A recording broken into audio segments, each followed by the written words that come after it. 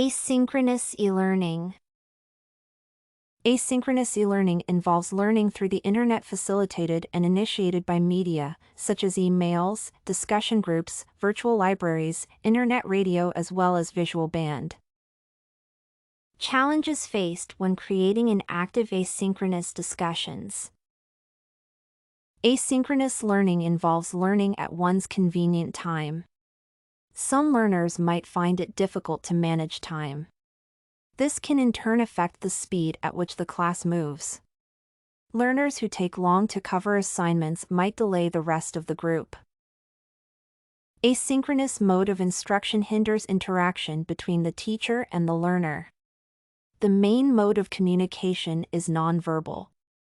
Learners respond through emails, wikis, discussion board, and portfolios, which separate learners from tutors, hence learners feel isolated. Asynchronous mode of instruction is limited to fewer learners per session. It lacks facilities which can accommodate a larger class like in the case of synchronous. Fewer learners attend classes at their own convenient time.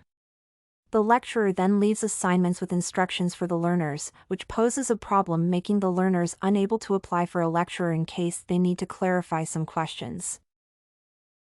Asynchronous learning does not give a true reflection of learners' strengths and weaknesses because learners do not respond to questions immediately. Learners are given time to respond to their assignments at their own time, which never allows an instructor to gauge learners' ability to think fast. Avoiding extraneous processes.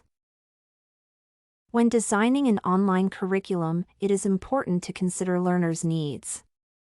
The learners should actively participate in learning activity without external interference. This can be done by introducing innovative ideas in the learning process. For instance, if the instructor is using asynchronous e-learning, he can introduce synchronous e-learning in order to vary teaching methodology. The instructor should come up with special design and structure to suit the learner. E-learning structure should be progressive as learners actively involve themselves in the learning process. Learning should progress from simple to complex. There should be constant communication between the teacher and the learner regardless of the method of teaching. Communication betters the psychological state of a learner, which is meant to bond the teacher and the learner. Incorporating new knowledge. It is important for the instructor to investigate existing online courses that are similar to the one he is using and applying. This helps in comparing notes and adding new ideas to the already existing curriculum.